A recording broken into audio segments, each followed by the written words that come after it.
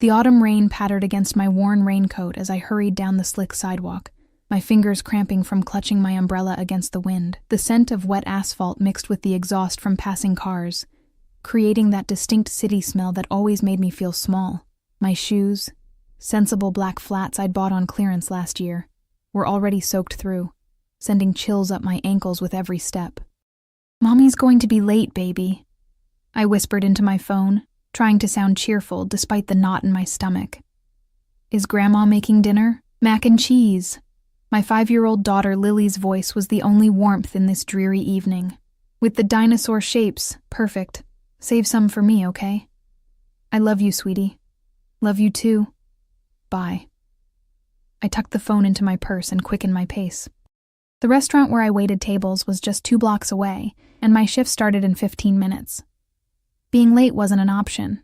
Not when Marcus, the manager, had already given me that look last week when I'd asked for a schedule change to attend Lily's parent-teacher conference. Single mothers didn't get the luxury of second chances in jobs like these. The streetlights flickered on as dusk settled over the city, casting long shadows across storefronts. I'd just rounded the corner when I saw him, Ryan, leaning against a parking meter half a block ahead, scrolling through his phone.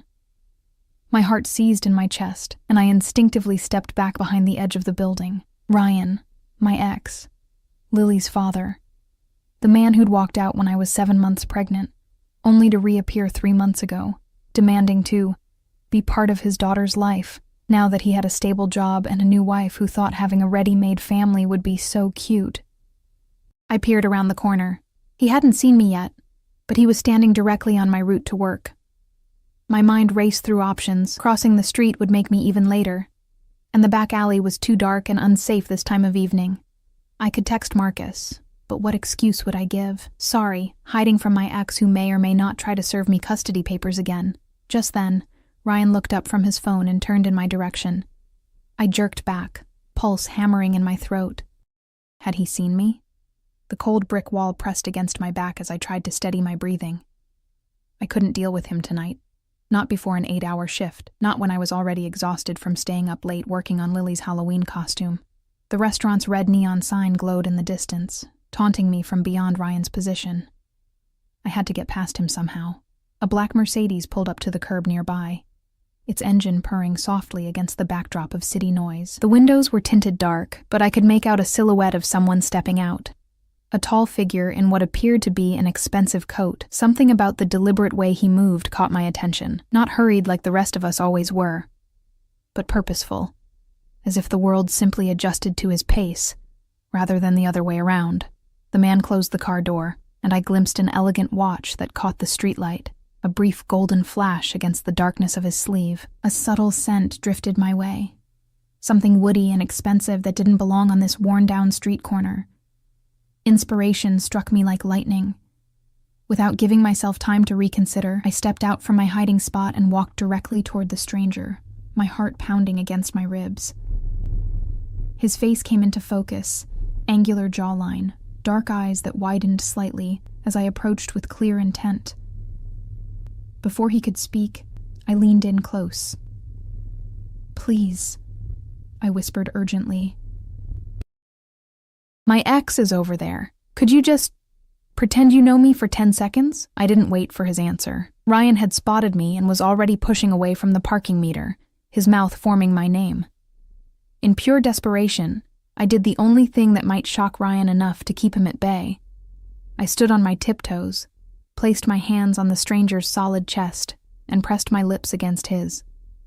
The kiss was meant to be quick, just for show. But several things happened at once. The stranger's initial stiffness melted away as his arm snaked around my waist, pulling me closer with a strength that made my breath catch. Ryan called my name, his voice carrying over the sound of passing traffic, and something electric shot through me, from my lips down to my toes, as the stranger tilted his head and deepened what should have been a fleeting touch. When we broke apart, I felt dizzy. The stranger's eyes had darkened, and there was something in them I couldn't quite read. Surprise, certainly, but also something more calculating. His hand remained at the small of my back, warm and steady. "Ella?" Ryan's voice came from just a few feet away now, confusion and annoyance evident in his tone. I turned, still within the circle of the stranger's arm, and feigned surprise. "Oh, Ryan. I didn't see you there." Ryan's gaze shifted between me and the man beside me, his expression souring. "We need to talk about the custody arrangement. You've been dodging my calls." "I'm late for work," I said, hating the slight tremor in my voice. "Whatever it is can wait." I felt the stranger's arm tighten almost imperceptibly around me, and he cleared his throat. When he spoke, his voice was deeper than I'd expected, with the barest hint of an accent I couldn't place. "Is there a problem?" The question was simple, but something in his tone made it sound like a warning. Ryan blinked, suddenly seeming to register the cut of the stranger's coat, the Mercedes idling at the curb, and the imposing figure standing a few paces behind us. A broad-shouldered man I hadn't noticed before, with an earpiece and an expressionless face. Ryan took an involuntary step back. No problem," he muttered. "I'll call you tomorrow, Ella." He retreated quickly, shooting glances over his shoulder as he went. I exhaled slowly, relief washing over me even as embarrassment crept up my neck in a hot flush. I stepped away from the stranger, immediately missing his warmth in the chilly evening air. "Thank you," I said, not quite able to meet his eyes. "I'm so sorry about that. I don't usually go around kissing random men on the street, I swear." When I finally looked up, I found him studying me with an intensity that made me shiver. A faint smile played at the corner of his mouth. A mouth that, moments ago, had been pressed against mine. "No apology necessary," he said. His gaze lingered on my face for a moment, before dropping to the name tag pinned to my coat. "Ella." The way he said my name sent another shiver through me, this one having nothing to do with the cold. "I'm going to be late," I stammered, gesturing vaguely toward the restaurant. "Thank you again. Really." I turned to go, but his voice stopped me. "Wait." I paused, looking back over my shoulder. He stood perfectly still, the rain seeming to avoid him somehow while the rest of us got drenched. "Perhaps I could come by later, after your shift."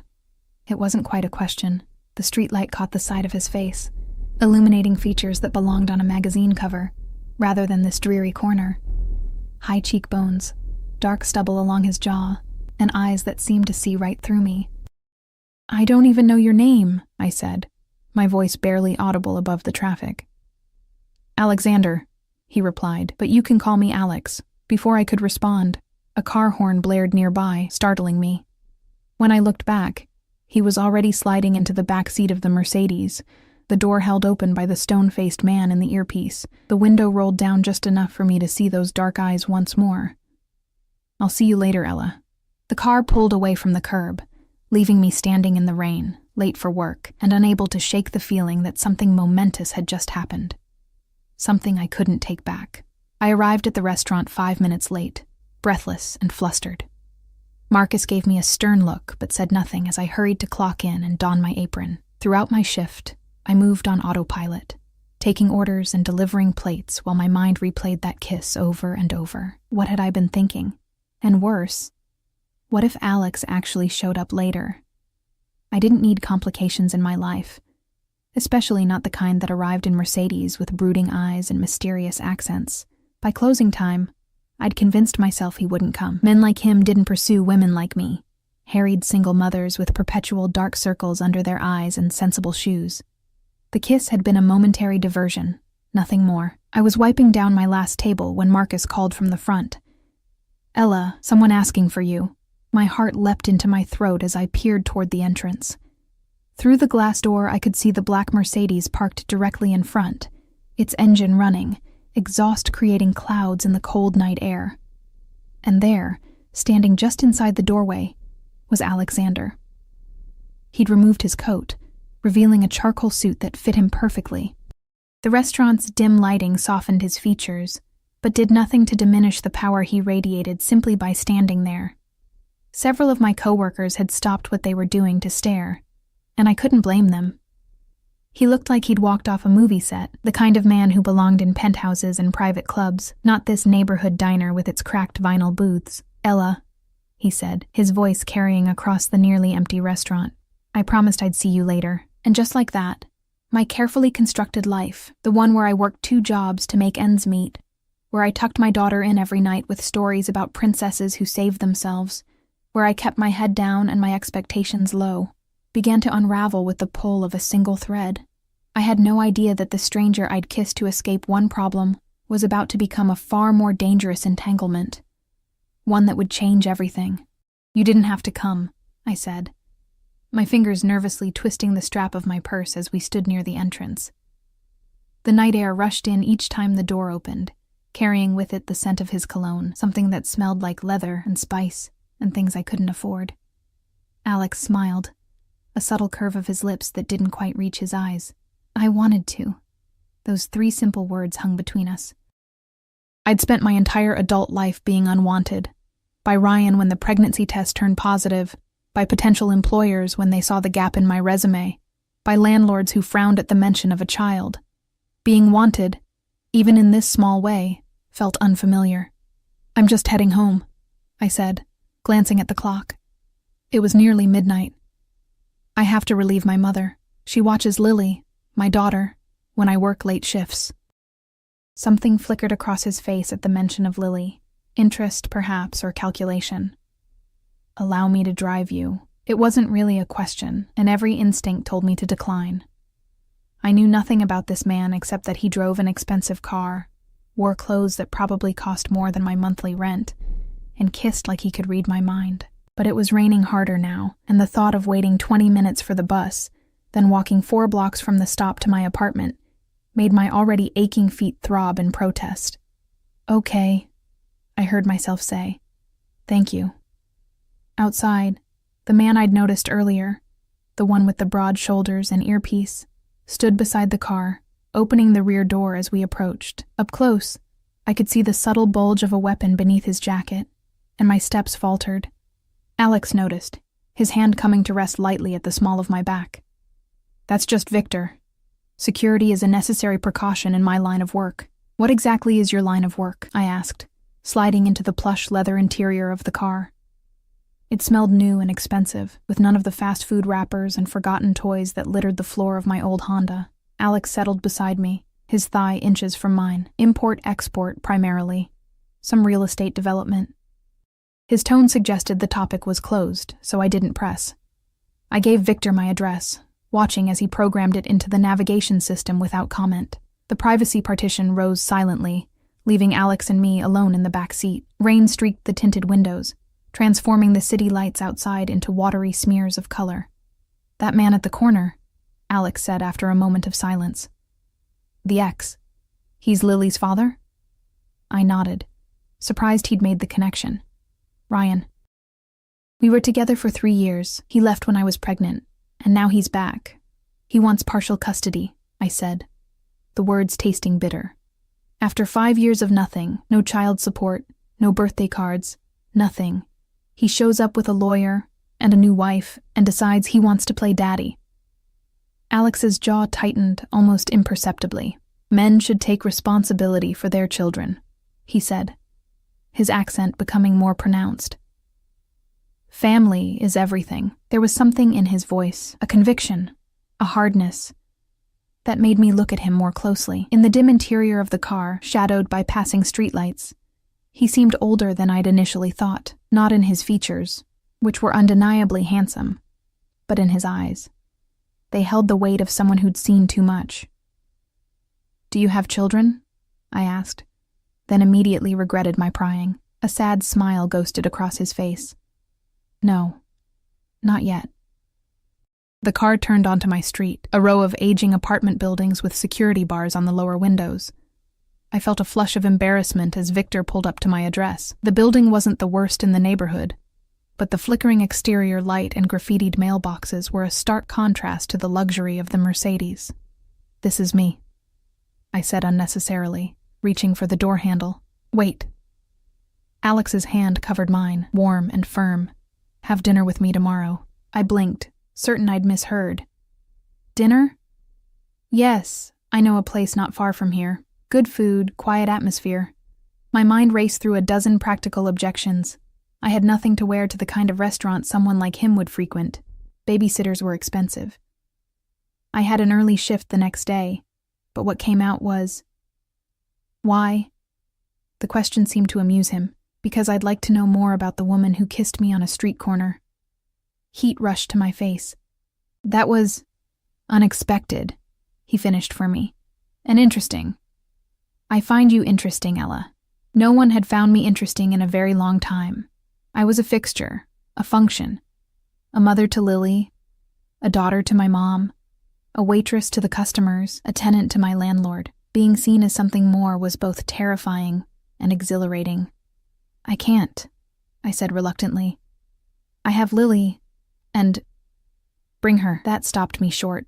Most men I'd encountered since becoming a mother treated Lily as an inconvenience at best, an outright deal-breaker at worst. None had ever suggested including her from the start. "You want to have dinner with me and my 5-year-old daughter?" I asked skeptically. Alex nodded, completely serious. "I'd like to meet her.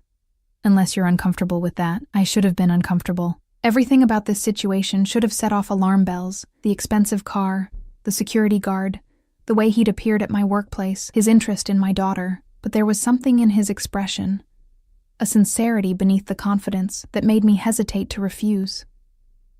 "She can be a handful," I warned. "I'm sure she's delightful," he said. And for the first time that night, his smile reached his eyes, like her mother.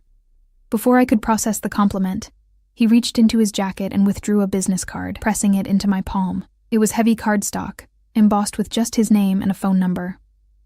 "Text me your address. I'll pick you both up at 6. Victor was already opening my door, the night air rushing in to break the spell of the car's intimate warmth. I stepped out onto the sidewalk, clutching the business card like a talisman. "Good night, Ella," Alex said, his eyes holding mine for a moment longer than necessary. Then the door closed, and the Mercedes glided away into the rainy night, leaving me with questions that would keep me awake long after my mother left, and Lily's soft snores filled our small apartment. Morning came too quickly, sunshine replacing last night's rain, and illuminating the dust motes dancing in the cramped bedroom I shared with Lily. She was already awake, her small fingers tracing patterns on my cheek. "Mommy, your phone keeps buzzing," she said, her breath smelling of the sugary cereal she must have already helped herself to. I groaned, reaching for my phone on the nightstand. 3 missed calls from work and a text from an unknown number. Looking forward to this evening. Does Lily have any food preferences I should know about? Last night rushed back to me, the kiss, the car ride, the dinner invitation I'd somehow accepted. I sat up quickly, startling Lily. "Who's asking about my food?" she demanded, her brown eyes, so like mine, widening with curiosity. How did I explain this to her, that Mommy had kissed a stranger to avoid Daddy? That the stranger turned out to be the most intriguing man I'd encountered in years? "A new friend," I said carefully. "He invited us to dinner tonight, like a date?" she asked, her nose wrinkling. I brushed her tangled curls back from her forehead. "Like a dinner with a new friend. Would that be okay with you?" She considered this with the solemn thoughtfulness only children can muster. "Will there be dessert?" I laughed, relief washing through me. "I think that can be arranged." The day passed in a blur of routine chaos. Dropping Lily at kindergarten, covering a morning shift at my second job at the convenience store, rushing home to tackle the mountain of laundry that never seemed to diminish. All the while, Alex's business card burned in my pocket, and the unanswered text message haunted my thoughts. What was I doing? Men like him didn't pursue women like me without an agenda. The logical part of my brain constructed various scenarios, none of them favorable. Perhaps he was married, looking for a diversion. Maybe he'd recognized me from somewhere. Though I couldn't imagine where our paths would have crossed before. Or worst of all, perhaps this was some elaborate scheme related to Ryan and the custody battle. Though that seemed far-fetched even to my paranoid mind. By late afternoon, I'd nearly convinced myself to cancel. Then Lily came home from school, bursting with excitement about meeting Mommy's new friend, and I found myself texting back instead.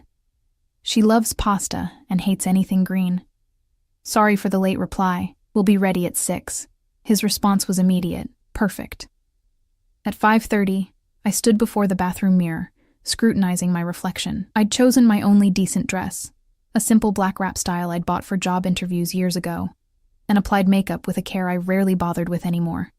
My hair, usually pulled back in a practical ponytail, fell in soft waves around my shoulders. "You look pretty, Mommy," Lily said from the doorway, already dressed in her favorite purple dress and polka dot leggings, an outfit she'd selected after rejecting 3 others. "So do you, sweetie." I knelt to adjust her slightly crooked headband.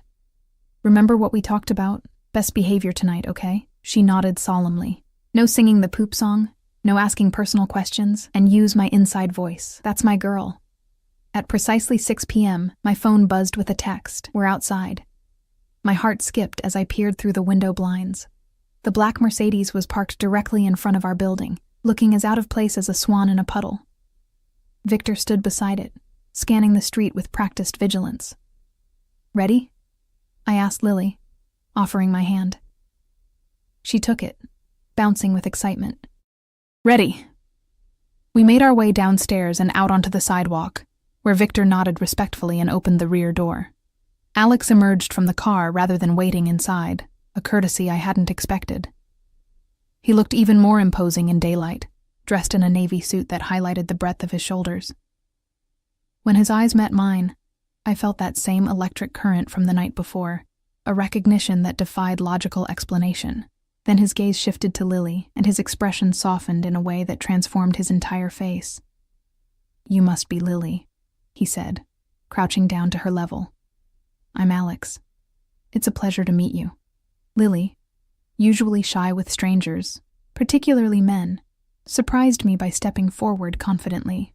"Are you Mommy's boyfriend?" I felt heat rush to my face, but Alex didn't miss a beat. "I'm a friend who would very much like to take you and your mother to dinner," he replied seriously. "I hear you're a pasta enthusiast." She giggled at the formal phrasing. "I like spaghetti best. Do you? I prefer penne, but I respect your position on the matter." This sent her into another fit of giggles, and just like that, any awkwardness dissolved. Alex straightened, his eyes finding mine with an unspoken question. I nodded, unable to suppress a smile of my own. As we settled into the car, Lily immediately peppered Alex with questions about the vehicle's features, particularly enthralled by the button that controlled the privacy partition. He answered each query with a patience I found both surprising and touching. The restaurant wasn't what I expected.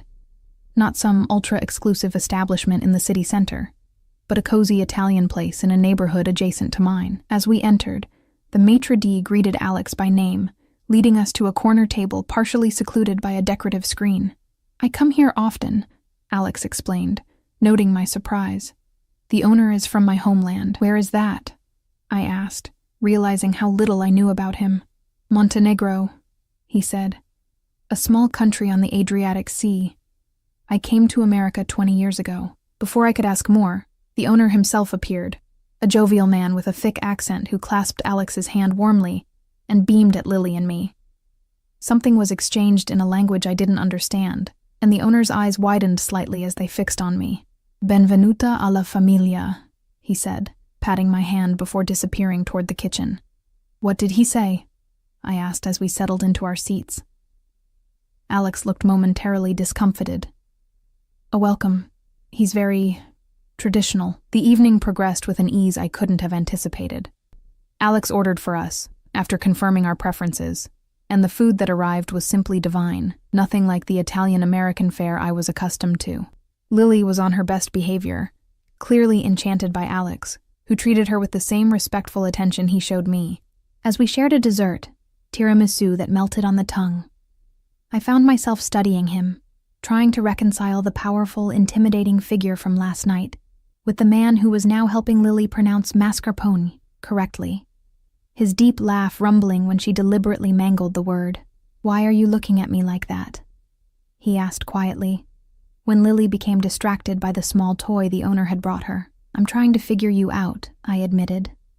"Ask me anything," he offered, though something in his expression suggested there would be boundaries to his transparency. I considered my question carefully. "Last night, you said family is everything to you, but you also said you don't have children. I'm wondering about your family." A shadow crossed his face, so brief I might have imagined it. "My parents died when I was young. I was raised by my uncle." He took a sip of his wine. "I have cousins, distant relatives, business associates who have become like family. I'm sorry about your parents, I said, recognizing the familiar contours of loss in his carefully neutral tone. He acknowledged this with a slight nod. It was a long time ago. My mother would have liked you, he added unexpectedly. She valued strength. You have it in abundance. The compliment caught me off guard. Me? I'm barely keeping it together most days, and yet you do, he said, his gaze intense. You provide for your daughter, you stand up to your ex, you work multiple jobs. That is strength, Ella. No one had ever framed my daily struggle as strength before. In my darkest moments, I'd seen it as mere survival, sometimes even failure to provide Lily with the life she deserved, the stability I'd never had. Mommy, I'm sleepy, Lily announced, interrupting the moment as she leaned against my side, her eyes heavy. Alex signaled for the check, which the owner refused with a wave of his hand and another stream of that melodic language. Alex didn't argue, instead slipping what I suspected was a very generous tip to our server. The drive home was quiet, Lily dozing against my shoulder. When we arrived at my building, Alex insisted on escorting us upstairs. Security concerns, he said, though the neighborhood was quiet tonight. At my door, Lily mumbled a sleepy goodnight before I ushered her inside to brush her teeth. When I returned to where Alex waited in the hallway, I found myself suddenly nervous, unsure of the protocol for ending an evening that wasn't quite a date, but felt far more significant than a casual dinner. Thank you, I said simply. For dinner. Lily had a wonderful time, and you? He asked, stepping closer. I did too, I admitted. He reached out slowly, giving me time to step back if I chose, and tucked a strand of hair behind my ear. His fingers lingered against my cheek, warm and slightly calloused. Not the manicured hands I'd expected from someone of his apparent wealth. I'd like to see you again, he said, his voice low. Both of you. Warning bells sounded in the back of my mind. Too fast, too intense, too good to be true. But I found myself nodding anyway. I'd like that. He leaned down, and I thought he might kiss me again, but instead, his lips brushed my cheek, achingly gentle. Good night, Ella. I watched him walk away, a strange mixture of relief and disappointment swirling in my chest.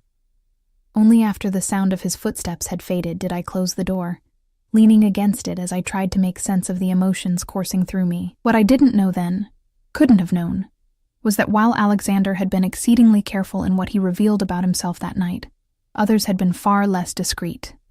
As I tucked Lily into bed and prepared for another day of mundane struggle, a photograph taken by a passerby outside the restaurant was already making its way through channels that would set in motion events beyond my comprehension. The stranger I had impulsively kissed to avoid one danger had unknowingly placed me directly in the path of another, one far more perilous than I could have imagined. 3 days passed before I heard from Alex again. 3 days in which I alternated between scolding myself for acting like a lovesick teenager and checking my phone with embarrassing frequency. When his message finally came, it was brief, but sent my pulse racing. Are you free tomorrow evening? I stared at the text during my break at the convenience store, the fluorescent lights buzzing overhead as I weighed my response. Part of me, the practical, cautious part that had kept Lily and me afloat these past 5 years, whispered warnings.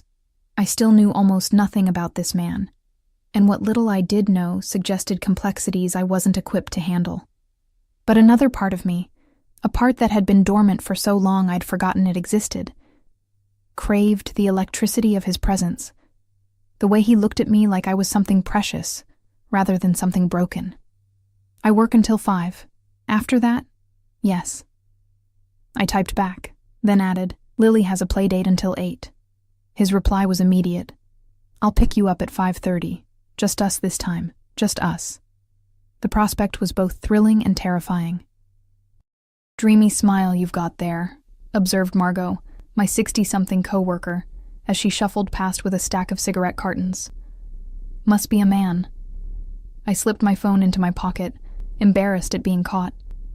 Just making plans with a friend. Margot's penciled eyebrows rose skeptically. Friend, huh? Well, whoever put that look on your face, hold on to him. Been a while since I've seen you looking anything but exhausted. I returned to restocking the cooler, but Margot's words lingered. Had I really become so worn down that a simple spark of happiness was noteworthy? The next evening, I rushed home from work and showered in record time, blow-drying my hair with one hand while applying mascara with the other. Lily watched from her perch on the closed toilet lid, swinging her legs and offering fashion advice. "Wear the blue top," she declared. "Alex will think you look pretty." I paused, mascara wand midair. "Honey, this isn't...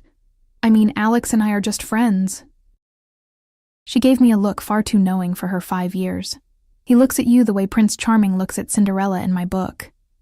"Oh, really?" I tried to sound amused rather than flustered. "And how's that?" "Like your magic," she said simply. I had no response for that. Instead, I changed the subject, asking about her upcoming playdate with her friend Emma. As she chattered excitedly, I found myself reaching for the blue top she'd suggested, a silky blouse with a modest neckline that nonetheless made me feel feminine in a way my work uniforms never did. At precisely 5:30, my phone buzzed. This time, there was no sleek Mercedes waiting outside, just Alex himself, standing on the sidewalk in dark jeans and a charcoal sweater that made him look more approachable, but no less magnetic. His customary security was nowhere to be seen. "No Victor tonight?" I asked as I approached, suddenly self-conscious. Alex's eyes traveled over me in a way that made my skin warm despite the autumn chill. "I thought we'd be less conspicuous this way." He gestured to a motorcycle parked at the curb, a sleek, expensive-looking model that gleamed under the streetlights. "Do you mind? It's not far." I eyed the motorcycle with a mixture of trepidation and excitement. "I haven't been on one of those since college." He held out a helmet. "I'll drive carefully." 10 minutes later, I found myself clinging to his solid warmth as we weaved through early evening traffic, the vibration of the engine between my thighs, and the rush of wind creating a heady combination. By the time we stopped, I was breathless with exhilaration, my hair wild despite the helmet. We'd arrived at the waterfront, where abandoned warehouses had been converted into trendy lofts and restaurants. Alex led me to what appeared to be a former loading dock, now transformed into an open-air market with food stalls and twinkling lights strung overhead. "I thought you might enjoy something different," he explained, watching my reaction carefully. "It's perfect," I said truthfully. The casual setting was a relief after my anxiety about where someone like him might take me. We wandered among the stalls, sampling street food from a dozen different cultures. Alex seemed to know many of the vendors. Exchanging greetings in various languages, I noticed a pattern. The respect they showed him was more than mere friendliness. There was deference in their manner, a careful attentiveness that suggested his patronage meant more than just business. "How do you know all these people?" I asked as we sat on a bench overlooking the water, sharing a paper cone of crispy churros. He wiped a speck of sugar from his lip. "Many are immigrants who needed help establishing their businesses. My company provided loans, permits, protection." "Protection?" I echoed. Something shuddered in his expression. This area wasn't always safe. There were elements that made it difficult for honest people to operate. Before I could pursue this thread, he changed the subject, asking about my childhood, my dreams before life took its unexpected turns. To my surprise, I found myself telling him things I rarely shared. About my father's abandonment when I was 12, my mother's subsequent struggles with depression, my determination to create a different kind of life for Lily. "And yet here you are," he said quietly, repeating the pattern with a man who abandoned his child. The observation stung with its accuracy. It's not the same. My mother never fought for child support or tried to maintain contact with my father. I've done everything I can to give Lily stability, including keeping her father away.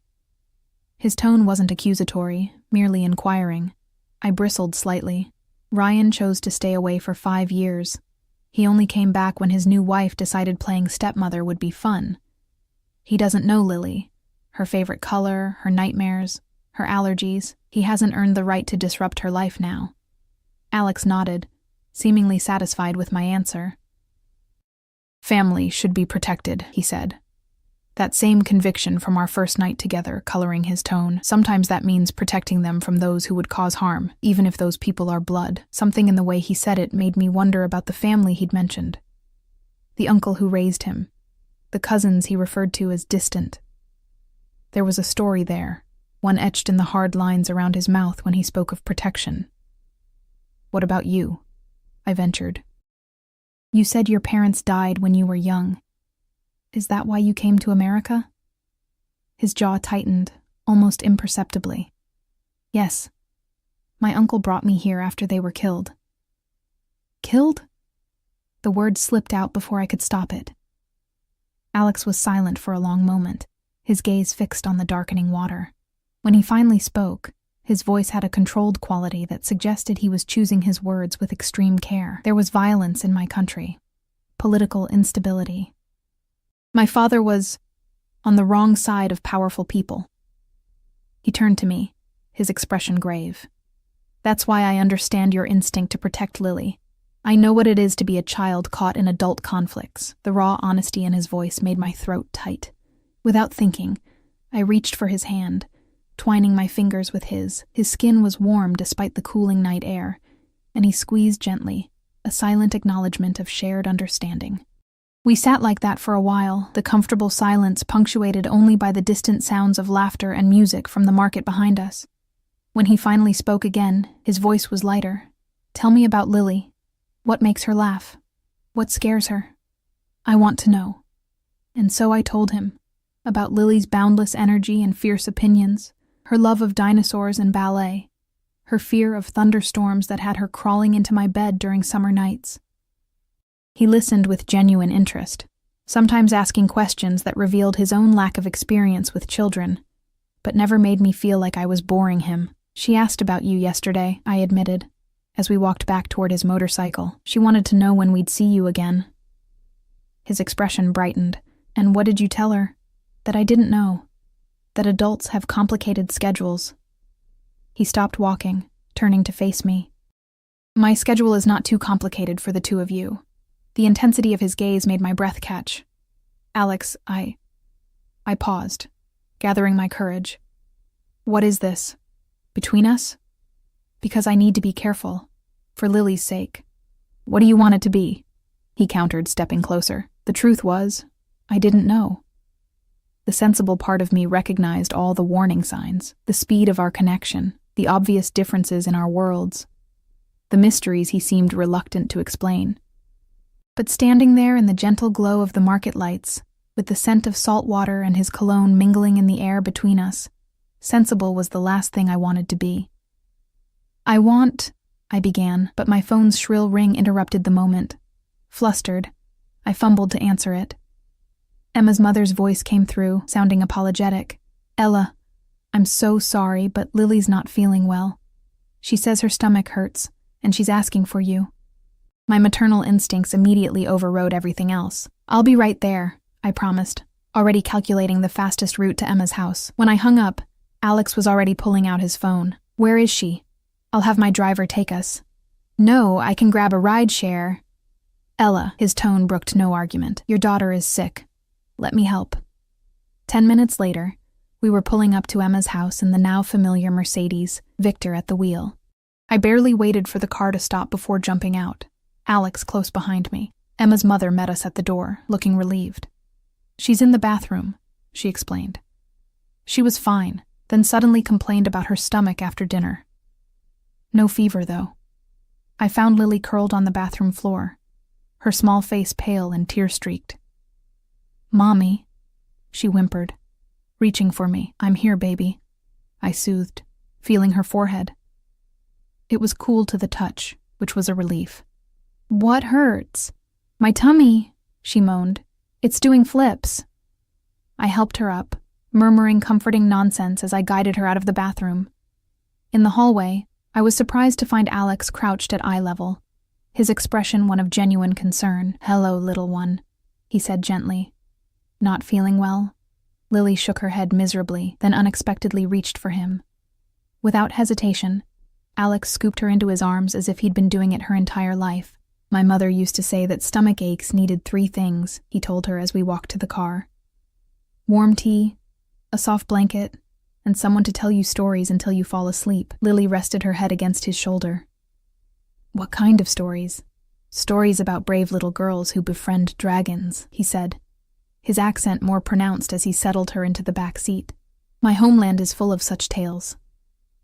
I watched, a lump forming in my throat, as this man I barely knew cradled my daughter with such natural tenderness.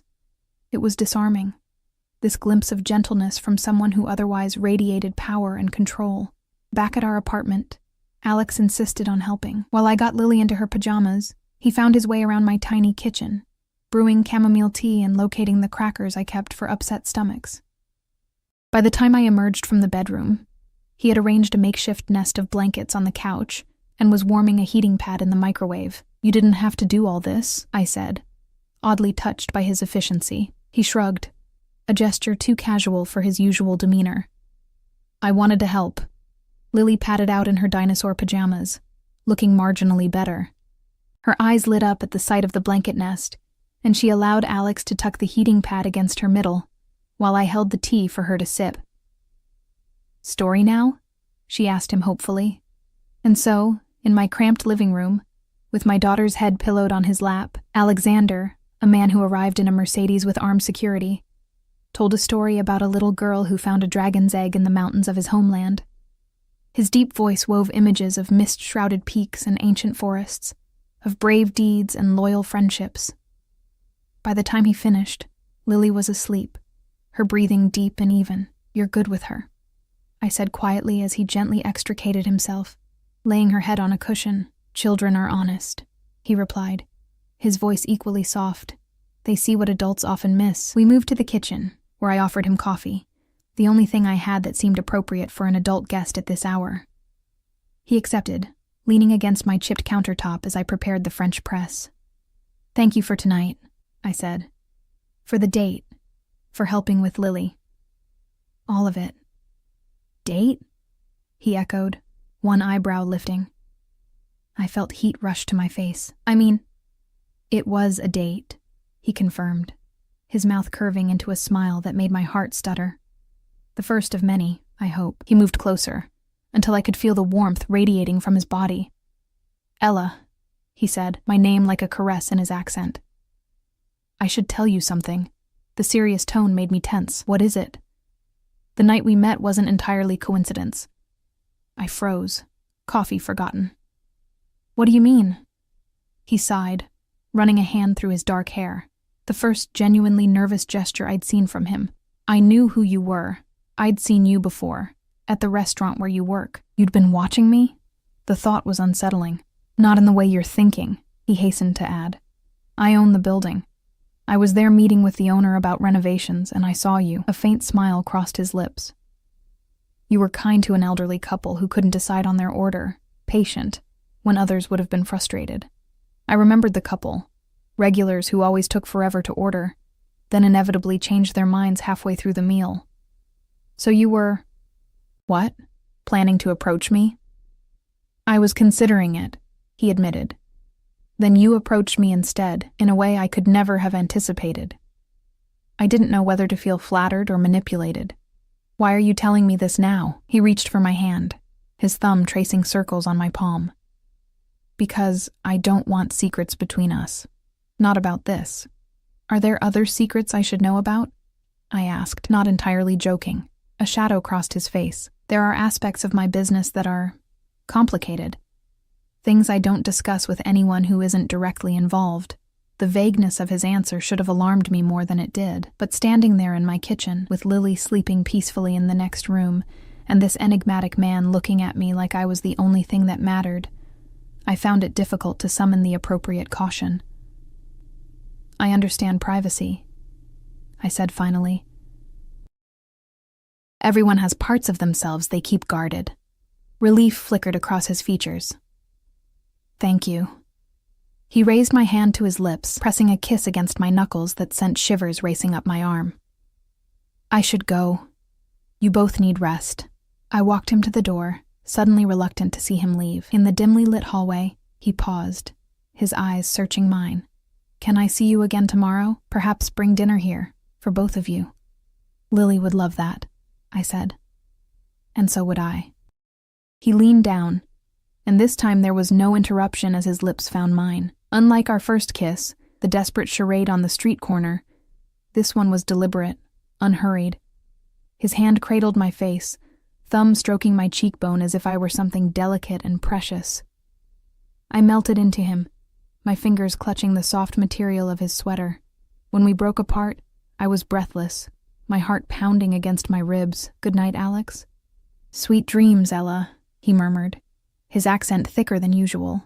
I watched him until he disappeared down the stairwell, then closed the door and leaned against it, a ridiculous smile spreading across my face. It lasted until I checked on Lily, who was still sleeping soundly on the couch. As I brushed a curl from her forehead, reality reasserted itself. What was I doing? Falling for a man I barely knew. A man with complicated business and armed security. A man who admitted to watching me before we met. It was reckless, potentially dangerous. And yet, the way he'd cared for Lily tonight, the genuine concern in his eyes, the tenderness of his touch, none of that felt dangerous. It felt like something I'd been missing for longer than I cared to admit. I carried Lily to our shared bedroom, tucking her into her twin bed before climbing into my own. Sleep eluded me as I stared at the ceiling, replaying the evening's events. What I didn't know, couldn't have known, was that across town, in an elegant penthouse overlooking the city, Alexander was making a phone call that would change everything. "It's confirmed," he said into the phone, his voice stripped of the warmth it held when speaking to me. "Ryan Mercer is meeting with his lawyer tomorrow to finalize the custody filing." A pause as he listened to the response. "No, she doesn't know who he really works for. She thinks it's just her ex being difficult." Another pause. "Yes, I'm sure. I'll handle it personally." He ended the call and moved to the window, staring out at the city lights, his expression hard as granite. "No one threatens what's mine," he murmured to the empty room. "No one." Meanwhile, I drifted to sleep, oblivious to the forces already in motion. Forces that would soon reveal the true nature of the man I was falling for, and the real reason he'd entered my life. Morning sunlight filtered through the threadbare curtains of our bedroom, warming my face as I slowly woke. Lily was already up, her bed empty, and I could hear the muffled sound of cartoons from the living room. For a moment, I simply lay there, savoring the peaceful start to my day off, a rare luxury in my normally hectic life. Then the memories of last night flooded back. Alex's revelation that he'd noticed me before our chance meeting. The way he'd cared for Lily. That kiss that had left me dizzy and wanting more. I touched my lips, half expecting them to still tingle from his touch. My phone chimed with a text message, and I reached for it, smiling when I saw Alex's name. "Good morning." "How is Lily feeling?" The simple inquiry warmed me more than it should have. "Much better, thank you. Already up watching cartoons. I'm glad to hear it. Would 6 p.m. work for dinner tonight?" I typed back a confirmation, then forced myself to set the phone aside and start my day. There were errands to run, laundry to finish, and a stack of bills waiting for my attention. The mundane realities that grounded me when Alex's presence threatened to sweep me into a fantasy world. Lily and I spent the morning at the local park, where she seemed fully recovered from last night's stomachache, racing around the playground with her usual boundless energy. I sat on a bench watching her, my mind drifting between practical concerns and daydreams about the evening ahead. "Ella?" I turned at the familiar voice, my stomach immediately knotting. Ryan stood a few feet away, dressed in the business-casual attire of his new job as an insurance adjuster, his expression cautiously friendly. "What are you doing here?" I asked, instantly on guard. The park wasn't in his neighborhood. He gestured vaguely. "I was in the area for a client meeting. Thought I might run into you two." His eyes tracked Lily on the swings. "She's gotten taller." "Children do that," I said, unable to keep the edge from my voice. "Especially when you haven't seen them for 5 years." Ryan winced but didn't retreat. Instead, he sat beside me on the bench, maintaining a respectful distance. "I deserve that. I deserve worse, actually." He ran a hand through his hair, still the same nervous gesture from when we were together. "I was hoping we could talk about Lily. We have nothing to discuss until I hear from my lawyer." The words came out automatically, a defensive shield I'd constructed after his first attempts to reconnect. "That's just it," he said, his voice lowering. "I'm dropping the custody case." I blinked, certain I'd misheard. "What?" "I'm backing off," he continued, No court, no custody battle. I want to be in her life, Ella, on your terms. Whatever you think is best. Suspicion immediately flared. This abrupt about-face didn't align with the aggressive stance he'd taken just a week ago, when he'd threatened to take me for everything if I didn't agree to his custody demands. What changed? I asked bluntly. Ryan shifted uncomfortably, his gaze darting around the playground. I've been doing some thinking about what's best for Lily. He swallowed visibly. And I got some advice about the situation. Advice, I repeated flatly. From whom? Just people who know about these things, he said evasively. Look, the point is, I'm not going to push. I'd like to see her occasionally, maybe take her for ice cream sometimes. But I respect that you're her mother and you know what's best. I studied him, noticing for the first time the subtle signs of stress, the shadows under his eyes, the tension in his shoulders. This wasn't the same Ryan who had confidently informed me that his new wife would make an excellent stepmother just weeks ago. Why now? I pressed. What's really going on, Ryan? He stood abruptly. Nothing's going on. I just realized I was being selfish. His voice had a practiced quality to it, as if he'd rehearsed this conversation. Think about it, okay? Call me when you're ready to discuss visitation. No pressure, no lawyers. Before I could respond, he walked away, his pace just shy of hurried. I watched him go, bewilderment mingling with cautious relief. This was what I wanted, Ryan backing off his custody demands. But the suddenness of it left me uneasy. Lily raced over, breathless from playing. Who was that man talking to you, Mommy? I hesitated, unsure how to explain. She had no memories of Ryan, knew him only as a name and a concept. The father who wasn't there. Just someone I used to know, I said finally. Are you hungry? Let's get lunch. Throughout the afternoon, Ryan's strange behavior nagged at me. I tried calling my lawyer, but it was Saturday, and her office was closed. By the time 6 p.m. approached, I had pushed the matter to the back of my mind, focusing instead on getting the apartment presentable for Alex's visit. Is your friend coming soon? Lily asked, bouncing on the balls of her feet as I straightened the living room. Yes, and his name is Alex, remember? I smiled at her excitement. He's bringing dinner. I hope it's pizza, she said fervently. As if summoned by her wish, there was a knock at the door. I opened it to find Alex standing there, more casually dressed than I'd seen him before in dark jeans and a simple button-down shirt, his arms laden with bags that smelled tantalizingly of tomato sauce and cheese. I was told on good authority that pizza is the proper meal for recovering from stomach aches, he said with a smile that made my heart flutter. Lily squealed with delight, immediately taking one of the smaller bags from him and peeking inside. Cookies, she exclaimed. Mommy, he brought chocolate chip cookies. Alex stepped inside, his eyes warm as they met mine. I hope that's all right. I should have asked about dessert. It's perfect, I assured him, taking some of the bags. Everything smells wonderful. He leaned down to press a brief kiss to my cheek, his hand lingering at the small of my back. You look beautiful, he murmured, his voice low enough that only I could hear. I blushed, suddenly conscious of my simple jeans and sweater. It's just casual Saturday clothes. Nevertheless, he insisted with a smile. Dinner was a lively affair, with Lily commanding much of the conversation, telling Alex elaborate stories about her day at the park and her kindergarten adventures. He listened with genuine interest, asking questions that showed he was truly paying attention, not just humoring her.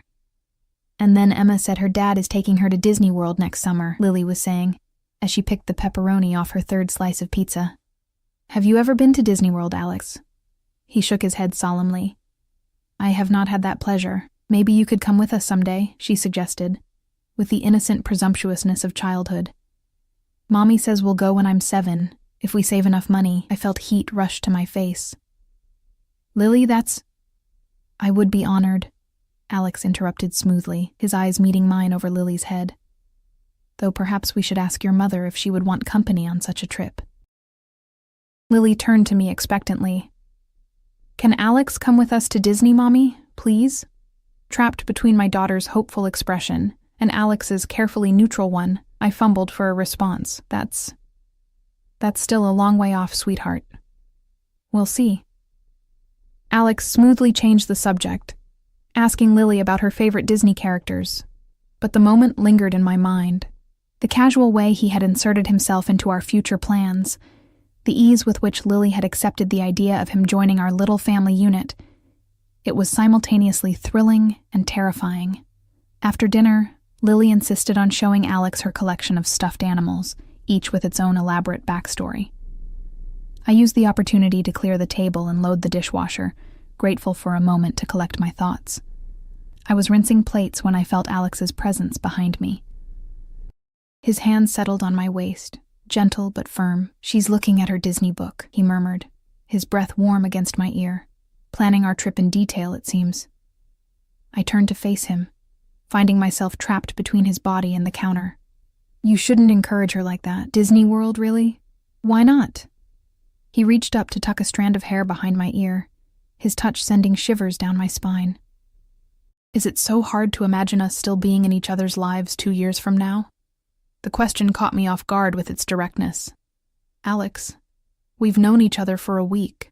Some things don't require years to recognize," he said, his accent thickening as it often did when he spoke with intensity. "From the moment you kissed me on that street corner, I knew you were different. Special. Because I assaulted you with my lips to avoid my ex?" I tried to joke, uncomfortable with the weight of his words. He didn't smile.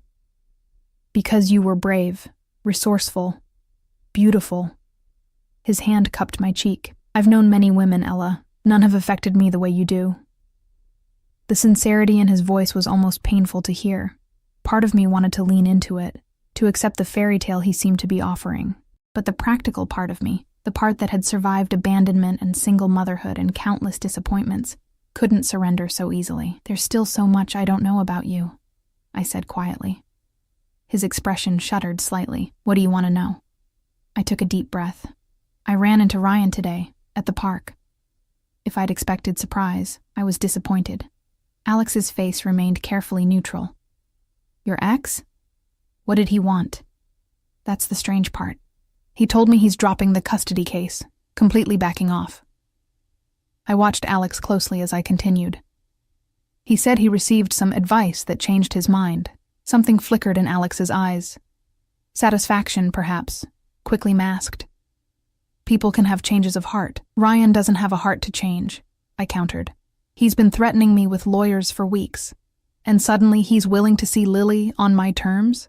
It doesn't make sense." Alex stepped back slightly, creating space between us. Perhaps he realized he was fighting a losing battle. Or perhaps someone convinced him to back off, I said, my suspicion crystallizing as I watched his reaction. "Someone like you." His silence was answer enough. "What did you do, Alex?" I asked, my voice barely above a whisper. "Did you threaten him? Pay him off?"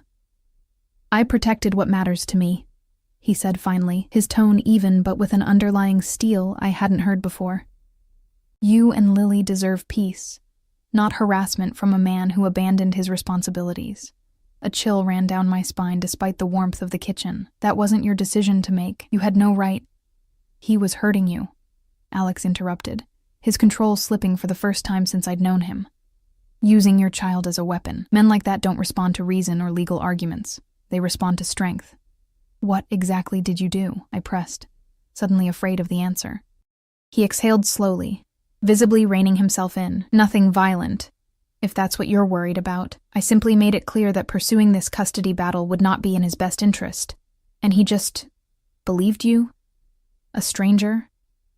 A cold smile touched Alex's lips. "I am not without influence in this city. Your ex-boyfriend recognized my name." The implications of that statement hung in the air between us. I thought about the deference shown to him at the restaurant, the armed security, the way he spoke of protection with such conviction. "Who are you really?" I asked, my voice steadier than I felt. He held my gaze unflinching. "I am a businessman with interests in many areas. Some of those areas operate in gray zones of the law. My family came to this country with nothing, and we built something substantial, not always by following the rules." Your family? I echoed. The uncle who raised you, he nodded. My uncle made certain decisions after my parents were killed, decisions that shaped our future in this country. I inherited his position when he died 10 years ago. The pieces were clicking into place. His wealth, his power, the fear he seemed to inspire in others. You're not just an import-export, are you? That is one aspect of my business, he said carefully. But no, not just that. Are you... I hesitated, the word feeling absurd even as I said it. Are you in the Mafia? For a moment, I thought he might laugh or dismiss the question. Instead, he sighed, running a hand through his dark hair. That word has certain Hollywood connotations, he said. But yes, I lead an organization that some would categorize that way.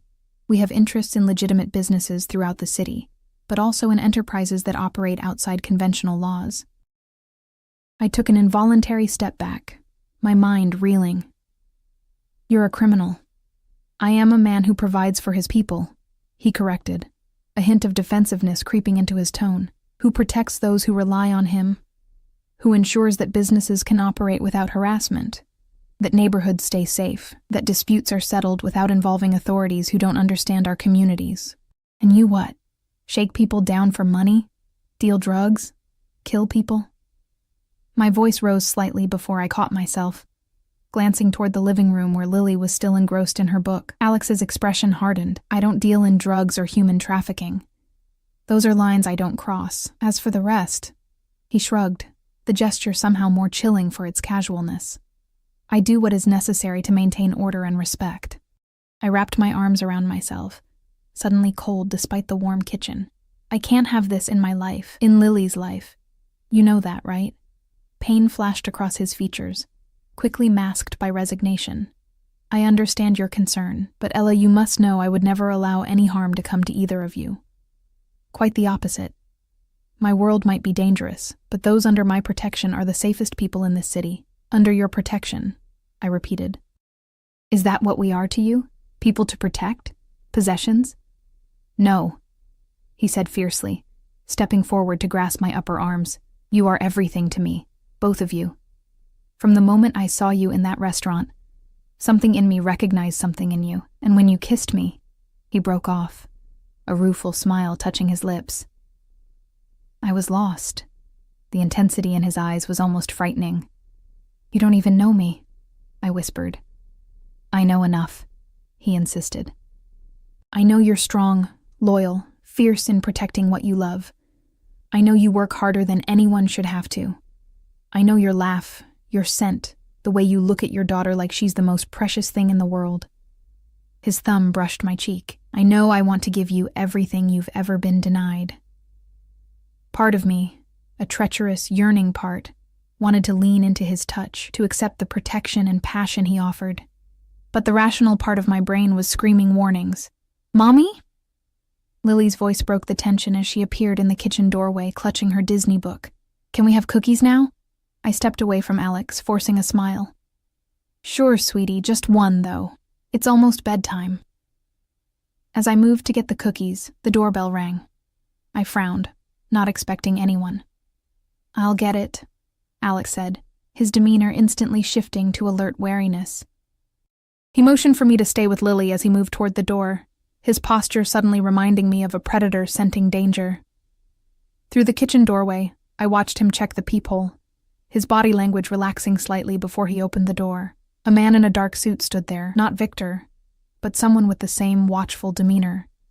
They spoke in hushed tones, the visitor's expression grave. Whatever news he delivered caused Alex's posture to stiffen, his hand clenching at his side. After a brief exchange, the man left, and Alex closed the door, his face a mask of controlled fury when he turned back toward me. What is it? I asked, instinctively pulling Lily closer to my side. A business matter that requires my attention, he said, his voice carefully modulated. I'm afraid I have to leave. Lily's face fell. But what about cookies and the movie? Alex crouched to her level, his expression softening. I'm sorry, little one. Another time, I promise. He touched her cheek gently. Save a cookie for me, yes? She nodded solemnly, and he straightened, his eyes finding mine over her head. I'll call you tomorrow, he said. We should finish our conversation. The undercurrent in his tone made it clear he was referring to his revelation about his true identity. I nodded numbly, still processing the bombshell he'd dropped. At the door, he hesitated, then leaned in to brush his lips against my temple. "Don't make decisions tonight," he murmured. "Just think, and remember how you feel when we're together." Then he was gone, his footsteps echoing down the hallway as Lily and I stood in the doorway. Through the window, I watched him slide into the back seat of the waiting Mercedes, his face set in hard lines I hadn't seen before. "Is Alex coming back?" Lily asked as I closed the door. I stroked her hair, unsure how to answer. "I don't know, sweetie." That night, after tucking Lily into bed, I sat at the kitchen table with a cup of tea gone cold, turning over everything I'd learned. Alex was not just a mysterious businessman. He was some kind of organized crime boss, a man who operated outside the law, who had enough power to frighten Ryan into dropping his custody claims. I should have been terrified, should have been planning how to extricate myself from his life. Instead, I found myself remembering the tenderness with which he'd held Lily when she was sick, the way he listened to her stories with genuine interest, the passion in his voice when he spoke of protection and family. My phone chimed with a text message, startling me from my thoughts. "You and Lily are safe. I've arranged for someone to watch over your building tonight. We'll talk tomorrow." "Rest well, Ella." I stared at the message, unsure whether to find it comforting or disturbing that he had someone watching over us. Before I could decide how to respond, another text came through. "No matter what you decide about us, know that you will always have my protection. Both of you." That is non-negotiable. The presumption in those words should have angered me. The assumption that we needed his protection, that he had the right to provide it without my consent. Instead, I felt a confusing mixture of irritation and security, like being wrapped in a blanket that was both constraining and warm. I was composing a response when an urgent knock at the door made me jump. It was nearly midnight, too late for casual visitors. Fear spiked through me as I approached the door cautiously, peering through the peephole. What I saw made my blood run cold. 2 uniformed police officers stood in the hallway, their expressions grave. With trembling fingers, I opened the door. "Yes? Ella Mercer?" the female officer asked. "Yes, that's me. I'm Officer Chen. This is Officer Ramirez. May we come in? We need to speak with you about Ryan Mercer." My heart hammered against my ribs. "What about him? Has something happened?" Officer Chen's expression softened slightly. "Ms. Mercer, I'm sorry to inform you that Ryan Mercer was found deceased earlier this evening. His vehicle was involved in what appears to be a single-car accident." The floor seemed to shift beneath my feet. "Dead? Ryan is dead?" "Yes, ma'am. And we have some questions about his relationship with you, as well as your relationship with Alexander Dragovich." The formal pronunciation of Alex's full name sent a chill through me. As the officers stepped into my apartment, their questions already beginning, my phone buzzed with another incoming text. I glanced down, seeing Alex's name on the screen along with a preview of his message. "Don't speak to anyone until my lawyer arrives. I had nothing to do with..." The rest was cut off, but the implication was clear. As I looked up at the waiting officers, the reality of my situation crashed down around me. Somehow, in the space of a week, I had gone from a struggling single mother to a woman entangled with a man powerful enough to make my ex back off, dangerous enough to warrant police suspicion, and possessive enough to place me under his protection, whether I wanted it or not. And the most frightening part, despite everything, a part of me still yearned for his touch, still responded to the memory of his voice, still wondered if the connection between us was worth the danger it clearly represented. "Ms. Mercer?" Officer Chen prompted. "Are you ready to answer some questions?" I took a deep breath, glancing toward the bedroom where Lily slept peacefully, unaware that her father, a man she'd never really known, was gone forever, and that the man she'd so quickly embraced might be responsible. "Yes," I said quietly. "I'll tell you what I know." Dawn was breaking as the police finally left my apartment. I stood at the window, watching their patrol car pull away, exhaustion and shock making my limbs feel heavy. Throughout the endless night of questioning, I had told them everything I knew about Ryan, about Alex, about the strange conversation in the park. Everything except the text message Alex had sent just as they arrived. That I had kept to myself, a small betrayal that weighed on my conscience. The lawyer Alex had promised arrived an hour into the questioning, a sharp-eyed woman in an impeccable suit who advised me to answer only the most basic questions and deflected anything that might implicate Alex in Ryan's death. The officers clearly suspected a connection, but they admitted they had no evidence of foul play in what appeared to be a simple case of a driver losing control on a rain-slicked road. I hadn't heard from Alex since that truncated message. His lawyer refused to discuss his whereabouts, saying only that he was addressing the situation and would contact me when possible. Lily would wake soon, and I would have to tell her about Ryan. Not that he had been part of her life, but she deserved to know that her father, however absent, was gone forever. The thought made my throat tight with unshed tears. Not for Ryan himself, but for the complicated grief of losing possibilities, even ones that might never have materialized. My phone rang, startling me. A blocked number. "Hello?" I answered cautiously. "Ella." Alex's voice was strained, lacking its usual control. "Are you all right? Did the police—" "They just left," I cut in. "Your lawyer made sure I didn't say anything damaging." A heavy sigh came through the line. "I'm sorry you had to go through that. This isn't what I wanted for you. Did you do it?" The question burst from me, direct and unvarnished. "Did you have Ryan killed?" "No." The answer came immediately, with a conviction that made me want to believe him. "I swear to you, Ella, his death was an accident. But you threatened him," I pressed. "You scared him into dropping the custody case." A pause. "Yes, I told him to back off, made it clear there would be consequences if he continued harassing you. But those consequences were financial, legal. Not this." His voice softened. "I would never bring that kind of violence into your life, into Lily's life." I leaned against the window frame, suddenly too tired to stand. "The police think otherwise. The police always look at me when something happens in this city," he said, a note of bitterness creeping in. "But they won't find evidence of wrongdoing because there isn't any. Ryan lost control of his car on a wet road. A tragic accident, nothing more." I wanted to believe him. Despite everything, despite the danger and complications he represented, I wanted to trust that the man who had held my daughter so tenderly, who had looked at me like I was something precious, wasn't capable of cold-blooded murder. "Where are you?" I asked. "Somewhere safe," he replied vaguely. "I can't come to you right now. It would only bring more scrutiny, but I've arranged for Victor to be nearby if you need anything." The thought of being watched, even for protection, made me uneasy. "Alex, I don't know if I can do this, any of this. My priority has to be Lily." "I understand that," he said quickly. "And that's my priority too, your safety, your peace of mind." He paused.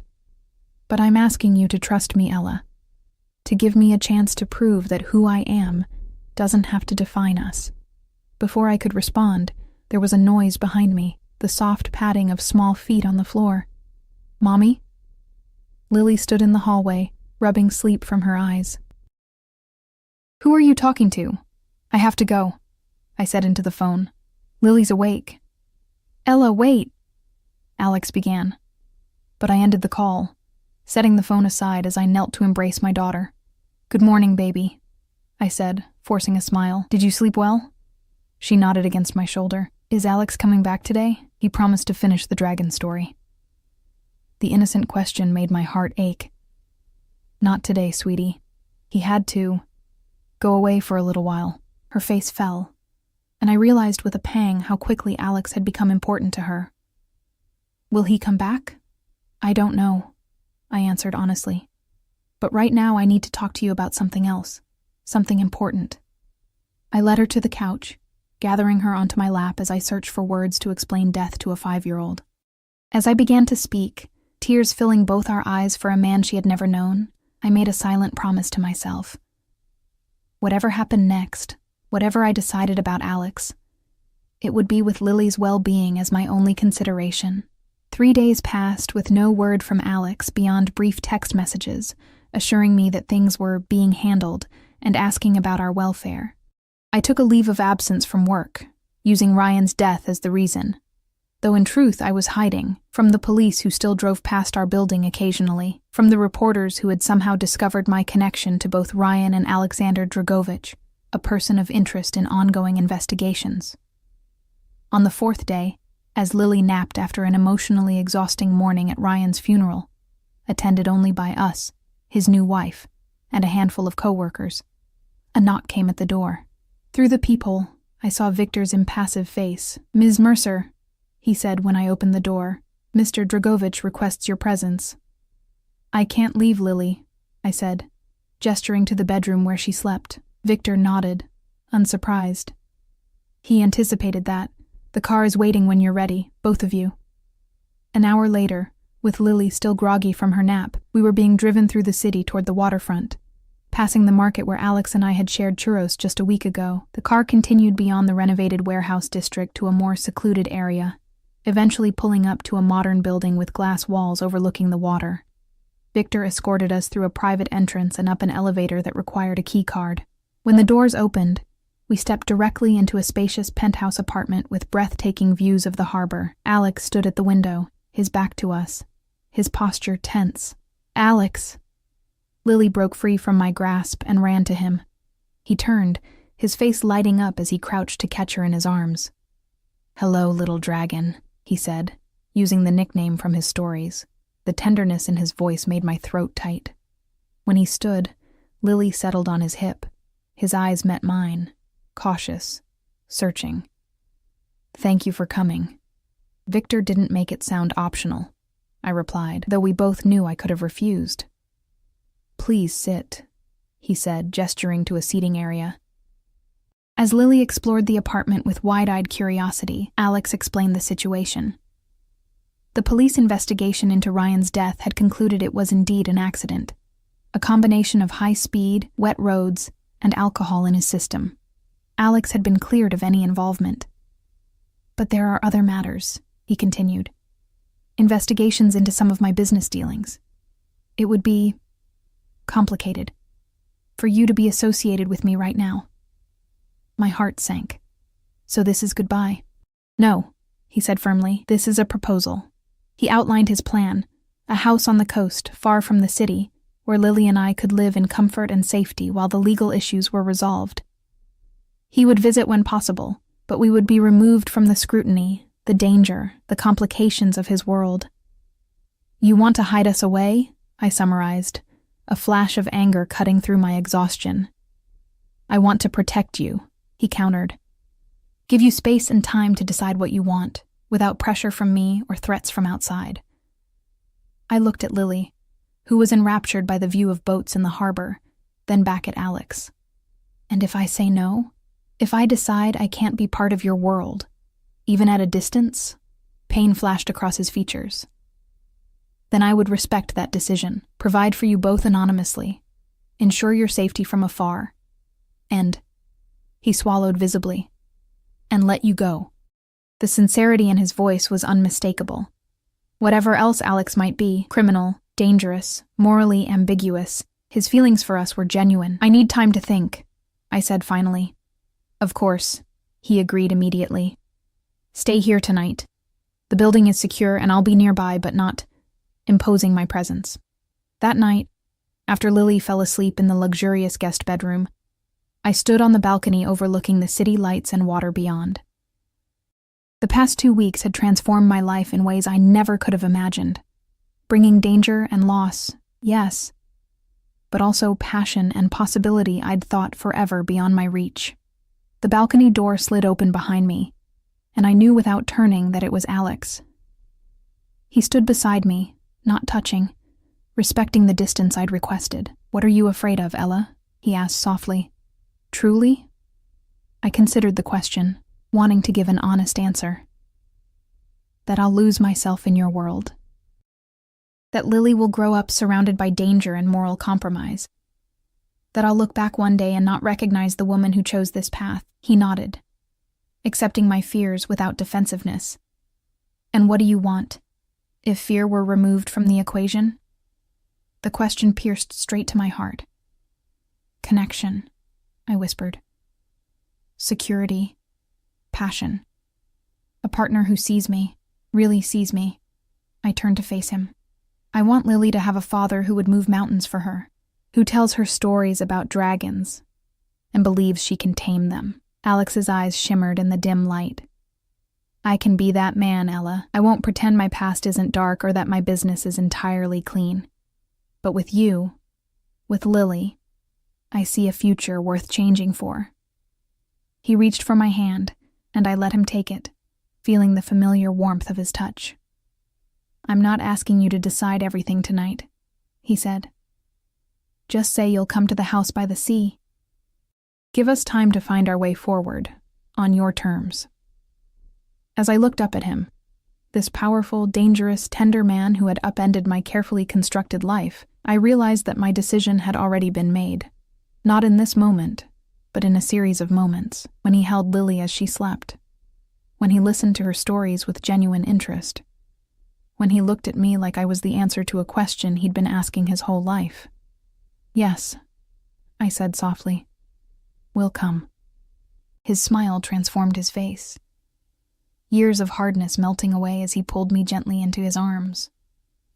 Against the backdrop of city lights and distant waves, I rested my head against his chest, listening to the steady beat of his heart. The path ahead was uncertain, fraught with complications and potential dangers, but for the first time in years, I wasn't facing it alone. Whatever came next, we would face it together. The single mother, the crime boss, and the little girl who had unknowingly brought them together with a dragon story and a dream of Disney World. The stranger I had impulsively kissed on a rainy evening had become the man I was choosing to build a future with. Complicated, dangerous, beautiful, and entirely ours.